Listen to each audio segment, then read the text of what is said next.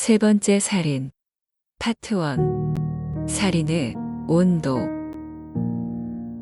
세 번째 살인은 고레에다 히로카즈 감독의 작품이다. 법정을 무대로 사건의 진실을 찾아간다는 설정은 120분짜리 상업 영화에 적절하며 최근 인기 있는 유형의 이야기다. 하지만 고레에다 히로카즈는 왜 하필 이 장르를 선택했을까? 좀 더 진지한 질문을 하게 된다. 그는 영화라는 스펙트럼에서 그런 위치에 있다.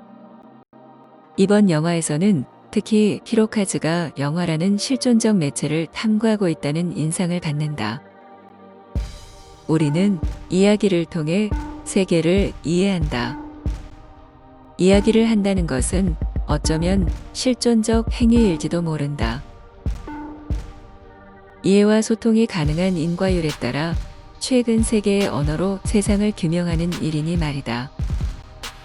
이야기는 결국 우리 스스로에게 자기 존재를 입증하는 행위다. 그런 점에서 고레에다 히로카즈의 작품을 만나는 일은 그가 던지는 몇 가지 질문에 답을 떠올려 보겠다는 의지이기도 하다. 그와 나누는 2시간의 짧고 긴 대화, 그의 지적인 호소에 대한 호응인 것이다.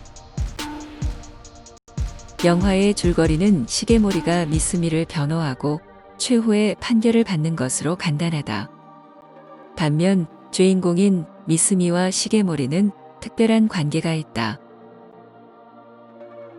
미스미는 이전에 고향 홋카이도에서 살인 전과가 있는 사람이며 이전의 살인 사건에서 판결한 판사의 아들이 시게모리이다. 미스미는 한 세대를 거쳐 이들 부자를 각각 판사, 변호사로 만나는 것이다. 이 아이러니는 영화의 전체를 관통하며 흥미롭게 진행된다.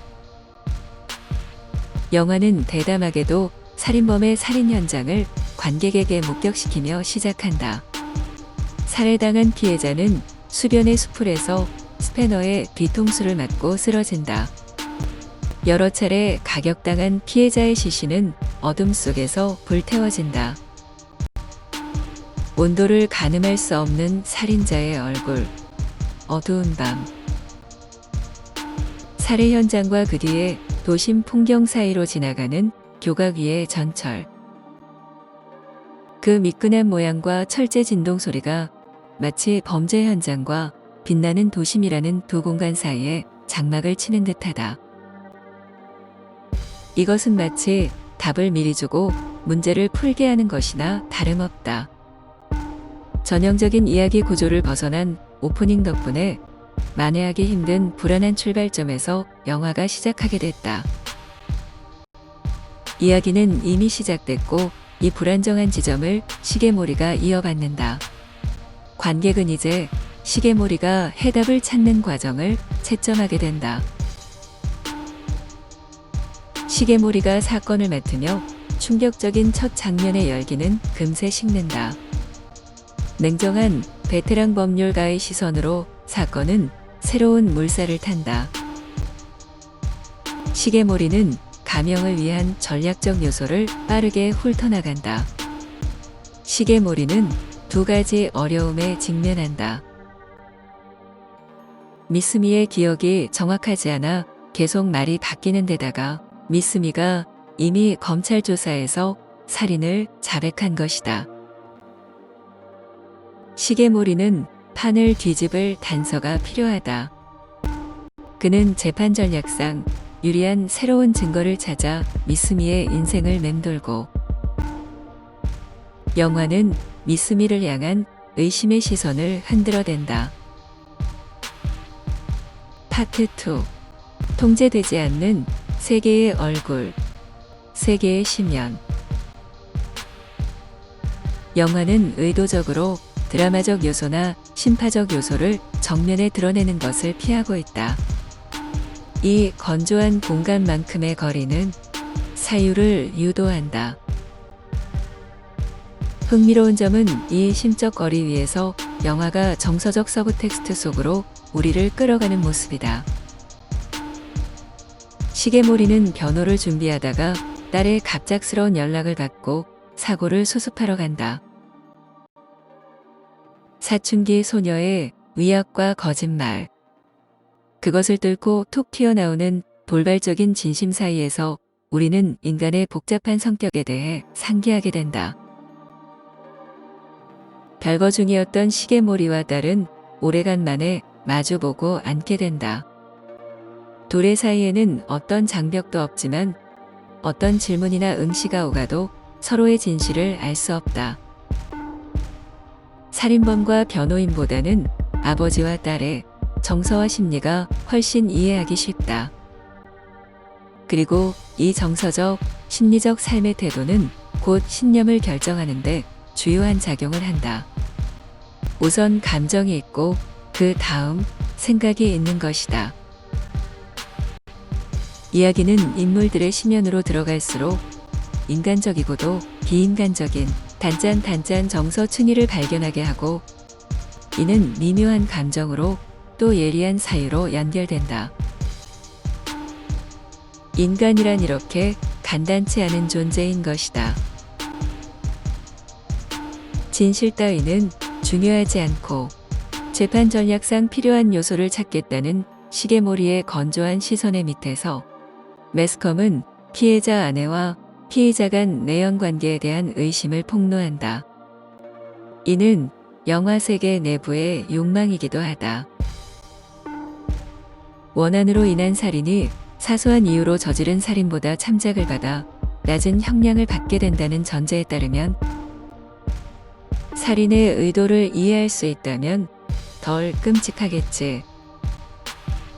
차라리 치정이나 원한 같은 인간적 이유를 설명해줘 라는 것이 이 사건을 바라보는 세계의 욕구라 할 수 있다. 이쯤에서 영화를 보러 온 관객의 관성과 극 내부에서 사건을 바라보는 관점이 만나게 된다. 예컨대 극적이면서도 이해 가능한 인간적 연유가 있는 범죄로 사건을 종결시키고 싶어 한다. 살인의 진실을 찾는 것은 살인을 이해 가능한 것으로 받아들이고 싶은 욕구다. 살인 사건에 대한 숨겨진 진실을 찾는 일과 영화 감독으로 세계의 진실을 포착하려는 일이 동질성을 갖는 것도 여기에서 시작된다. 이 봉합에서 관객은 극 내부에서 현실 세계로 딜레마를 가져나오게 된다. 사건을 바라보는 사법의 온도계는 미스미를 케이스로 바라보며 확실하게 통제하는 듯이 보이지만 사람 미스미에게 흐르는 인간성의 온도는 잴 수 없는 것이다. 미스미 역을 맡은 야쿠쇼코지 배우는 구치소의 면회장을 인과율의 논리를 뛰어넘는 극적인 무대로 만든다. 여기서 극적이라는 것은 이 드라마가 가지는 상징성이 극대화된다는 의미다. 그의 눈빛과 시선, 음성과 말의 속도 같은 인간적인 특징들이 냉정한 법률가의 견고한 시선을 점차 흔든다. 피의자와 변호사 간 혹은 살인자와 법률가 간의 유리벽 사이의 거리를 어떤 지점에서는 상쇄시키기도 하고 그 자리를 거울 같은 자기 반영의 공간으로 대체시키기도 한다. 고레에다 히로카즈 감독의 영화에서 공간은 사건이 지니는 내부적, 외부적 정서와 시각을 재현하는 주된 요소다. 마주보고 있는 시계몰이와 미스미 간에 놓인 투명한 유리창의 모티브는 여러 번 반복해서 등장한다. 시계몰이와 딸이 마주보고 이야기하는 장면처럼 의미심장한 장면에서도 등장하고 시계몰이가 아이와 여성에게 길을 비켜주는 자동문에서처럼 사소한 장면에서도 등장한다.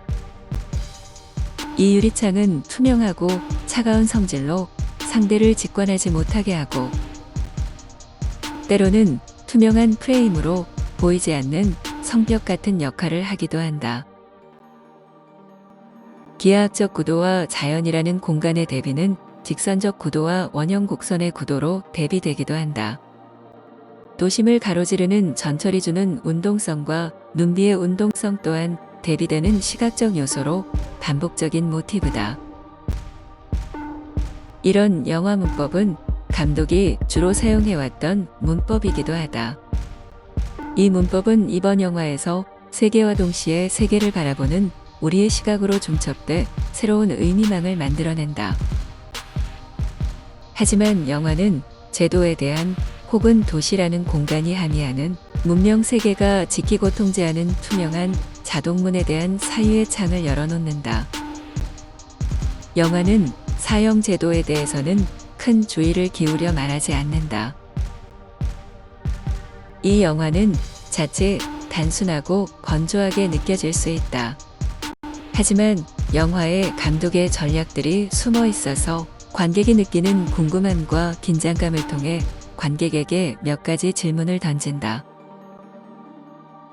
그리고 진실을 감추고 드러내는 클로즈업된 얼굴의 온도들이 감독의 질문을 따르고 있다.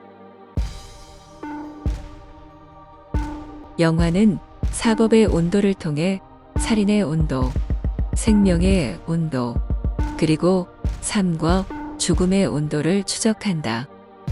그리고 영화는 이 모든 것을 수호하는 도시로 명명되는 사회 시스템의 온도를 다큐멘터리언의 예리함으로 묻는다.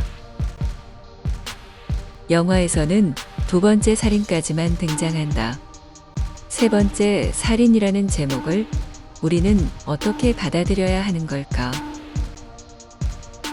어쩌면 그것은 사형제도라는 사법살인을 이야기하는 것일 수도 있고, 혹은 사형을 유도한 미스미의 자살로 볼 수도 있다.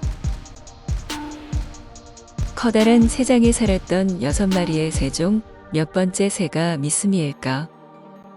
이 세 번째 살인에서는 문학과 철학과 미학의 삼각구도를 만날 수 있다. 한 세대를 거쳐 다시 만나게 된 살인사건에서 판결했던 아버지의 아들은 그의 변호를 하게 된다. 그의 변호가 거치는 과정을 떠올려보자.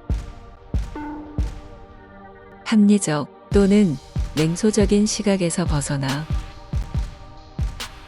인간 미스미 주변에 다리를 절며 사는 소녀를 바라볼 준비가 됐느냐고 되묻는 듯하다. 영화관을 나설 때 꼬리처럼 따라오는 질문이 있다. 세 번째 살인을 막기에 우리는 무력한가? 혹은 그렇지 않은가?